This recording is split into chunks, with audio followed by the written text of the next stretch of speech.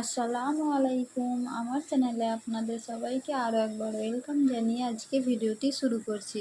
কাছে এবং দূরে যেখান থেকে আমার ভিডিওটি দেখছেন, আশা করছি আল্লাহর রহমতে সবাই খুব ভালো আছেন। আর আলহামদুলিল্লাহ আমরাও খুব ভালো আছি।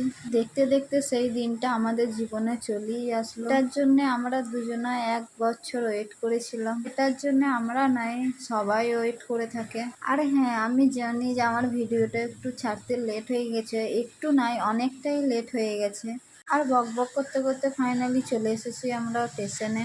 আমরা দুজন রুম থেকে বেরিয়েছিলাম 4টের দিকে, আর এখানে পৌঁছেছি 7টার সময়। আর বাসের মধ্যে 3 ঘন্টা জার্নি করে আসা ওটা চারটিখানি ব্যাপার নয়। বাসের মধ্যে একভাবে আসা ওটা একটা বিরক্তকর কাজ ছিল। মনে হচ্ছিল যে কখন বাস থেকে নামবো আর কখন স্টেশনে যাবো আর একটু শান্তি পাবো, খোলামেলা পাবো। আর স্টেশনে এসে মনে হচ্ছে কখন ট্রেনে চাপবো, কারণ আমাদেরকে সারা রাত জেগে থাকতে হবে। এখন বাজে ঘড়ির কাঁটায় 7টা, সারা রাতটা আমাদেরকে এখানে স্টেশনেই কাটাইতে হবে। ট্রেন তো আজকে নেই, ট্রেন হচ্ছে আমাদের কালকে 8টার সময় ট্রেন। তো দূরে হয়ে গেছে বলে সেই জন্যই আগে থেকে আমাদের আসা। সারা রাত্রিটা মশার কামড় খেতে খেতে ফাইনালি দেখতে পেলাম সূর্য মামার দেখা।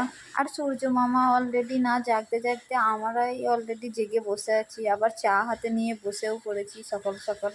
অনেক কষ্টর পর অবসান ঘটলো, অবশেষে ট্রেনটার দেখা পেলাম। আর ট্রেনে উঠি যেটা আমার ফার্স্ট কাজ ভিউ দেখা, আর সেটাই দেখছিলাম বসে বসে আমি। আর দুঃখের বিষয় হলো ট্রেন মামা আমাদের দুজনাকে ছাড়াছাড়ি করে দিয়েছে, ব্রেকআপ করে দিয়েছে ট্রেনের মধ্যে। কতটা মনের মধ্যে এক্সাইটেড ছিল যে দুজনার সিটটা হয়তো এক কাছে ওপর নিচে পড়বে, কিন্তু না, আমি এক জায়গায়, আমার বর এক জায়গায়, 2 জায়গায় আলাদা আলাদা হয়ে গেছি দুজনা। কতটা কষ্টের বিষয় একটা।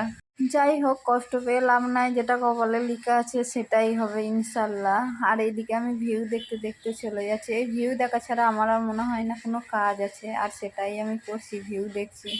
আর এদিকে ভিউ দেখতে দেখতে চলে এসেছে আমাদের দুপুরের খাবার। এখানে ছিল ভাত, ডাল আর একটা সবজি আর 2টো ডিম ছিল। সকাল থেকে মনটা প্রচণ্ড খারাপ ছিল, কারণ সিটটা চেঞ্জ হয়ে গিয়েছিল বলে। আর এরকম পরিবেশ দেখে খাবার থেকে আবার মনটা মনে হচ্ছে ফ্রেশ হয়ে গিয়েছে আমার। আর খাওয়া দাওয়াটা কমপ্লিট করে চলে এসেছি আমার সিটে, কারণ আগে যেই সিটটাই বসেছিলাম সেটা আমার সিট ছিল না, সেটা হচ্ছে আমার বরের সিট। আর ওখানে আমি সকাল থেকে বসেছিলাম, কারণ খাওয়া দাওয়া করব বলে, প্লাস ফটো তুলবো, ভিডিও করব, সেই জন্য বসেছিলাম। আর এখন তো খাওয়া হয়ে গেছে, সেই জন্য ঘুমোবো বলে চলে আসলাম আমার সিটে। আর ওইদিকে বর ঘুমিয়ে গেছে, আর আমাকে ঘুমোইতে দিয়া মানে ফোন নিয়ে শুধু খুচুর খুচুর করা, আর কিছুই নাই।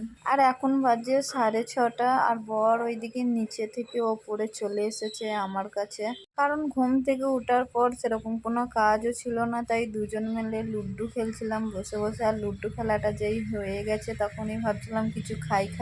আর এদিকে সময় মতো চাটাও চলে এসেছে, আর দুজন 2 কাপ নিয়ে নিলাম চা। আর বাইরে হচ্ছে প্রচণ্ড বৃষ্টি, কারণ আমরা ট্রেনে চাপার পর থেকে প্রচণ্ড বৃষ্টি পড়েছে এক লেভেলের, কোনো ছাড় আর কোনো চান্স নাই। ঠান্ডায় ঠান্ডায় চলে এসেছে আমাদের ডিনার। আজকে রাত্রিতে ছিল ডিম বিরিয়ানি, বড়ও নিয়েছিল ডিম বিরিয়ানি, আমিও নিয়েছিলাম ডিম বিরিয়ানি।